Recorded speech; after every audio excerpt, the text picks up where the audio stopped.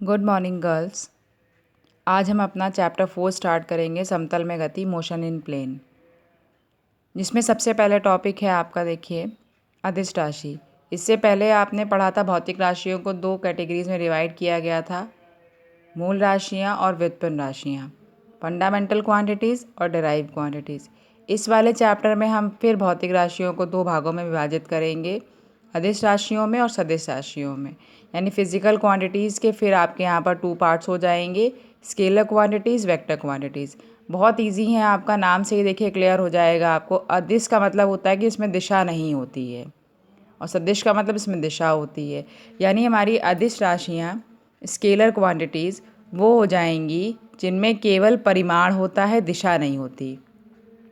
केवल आपका मैग्नीट्यूड होगा, डायरेक्शन नहीं होगी।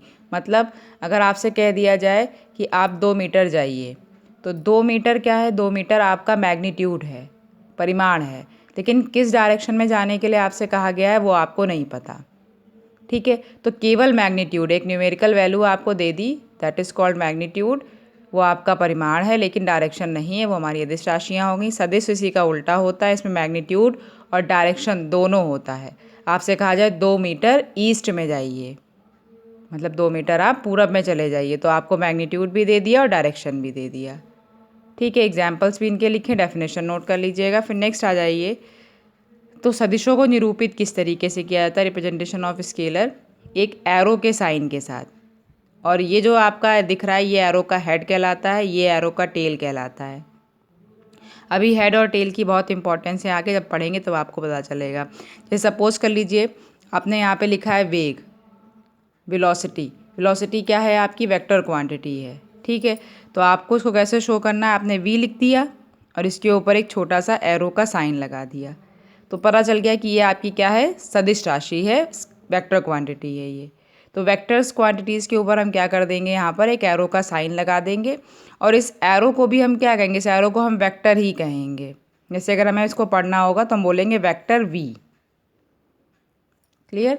फिर नेक्स्ट आ जाइए, नेक्स्ट है आपका सदिशों के प्रकार, टाइप्स ऑफ वेक्टर। तो देखिए, फर्स्ट आपके सामने लिखा हुआ है इक्वल वेक्टर, समान वेक्टर। ऐसे वेक्टर्स जो आपके लेंथ में भी इक्वल हैं और डायरेक्शन भी देखिए दोनों का सेम है, यानी जिनकी लंबाइयाँ भी बराबर हैं और दिशा भी समान है, समान वेक्टर हो जाएंगे, इक्वल वेक्टर कहलाएंगे। अपोजिट में देखिए, इनकी लेंथ तो सेम है, जितना एक है उतना ही दूसरा है, बट डायरेक्शन आपको इनकी अपोजिट दिखाई पड़ रही होगी। तो ये आपके मैग्नीट्यूड में तो सेम रहेंगे बट डायरेक्शन अपोजिट हो जाएगी। जैसे मान लीजिए अगर ये 5 मीटर है तो ये भी 5 मीटर है, डायरेक्शन सेम है तो इक्वल वेक्टर। ये 5 मीटर है, ये भी 5 मीटर है, बट डायरेक्शन अपोजिट है तो ये अपोजिट वेक्टर हो गए। नल वेक्टर, जीरो वेक्टर, शून्य वेक्टर क्या होते हैं? जिनका मैग्नीट्यूड ज़ीरो होता है। जिन वेक्टर्स का मैग्नीट्यूड ज़ीरो है वो हमारे नल वेक्टर हो गए, जीरो वेक्टर हो गए। फिर नेक्स्ट हमारे आते हैं, इंपॉर्टेंट सबसे ज़्यादा यही वाले वेक्टर, यूनिट वेक्टर। जिनका मैग्नीट्यूड 1 होता है वो हमारे यूनिट वेक्टर कहलाते हैं। ठीक, और इसी में एक और आपका सब वेक्टर होता है, लंब कोणीय एकांक वेक्टर। जैसे आपने पढ़े होंगे 3 एक्सेस होते हैं, अभी नहीं पढ़े होंगे, 3D डायग्राम है, एक्स वाई जेड, तीनों एक्सेस एक दूसरे से 90 डिग्री पर होते हैं। अब आप भी जानते हो पेपर पे 90 डिग्री तीनों को बनाना पॉसिबल नहीं है, 3D डायग्राम है, तो इसको इसीलिए इस तरीके से बनाया जाता है, एक्स वाई जेड। तो अगर हम एक्स एक्सिस के एकांक वेक्टर लें तो उनको हम आई से डिनोट करते हैं, वाई एक्सिस के एकांक वेक्टर लें तो उनको हम जे से, और जेड एक्सिस के एकांक वेक्टर लें तो उनको के से। जैसे जब आपसे कहा जाए कोई बॉडी है जो एक्स एक्सिस पे चल रही है, इसका यूनिट वेक्टर बताइए क्या होगा, तो आप बताओगे आई, और इसके ऊपर क्या लगा देते हैं? कैप लगा देते हैं। यूनिट वेक्टर्स को शो करने के लिए हम एक कैप का साइन यूज़ करते हैं, ये हमारे यूनिट वेक्टर हैं, इनके ऊपर हम क्या लगा देंगे? कैप लगा देंगे। आपसे पूछा जाए वाई एक्सिस के एकांक वेक्टर बताइए, यूनिट वेक्टर बताइए, तो आप बता दोगे जे। जेड एक्सिस के तो आप बता दोगे के। एक्स एक्सिस के यूनिट वेक्टर आई, वाई एक्सिस के यूनिट वेक्टर जे, और जेड एक्सिस के यूनिट वेक्टर के, और इन सब के ऊपर क्या लगा दिया जाएगा? कैप लगा दिया जाएगा। यूनिट वेक्टर को शो करने के लिए हम उनके ऊपर इस तरीके से कैप लगा देते हैं, और इसका फॉर्मूला क्या होता है? A cap equals to vector A upon magnitude of A.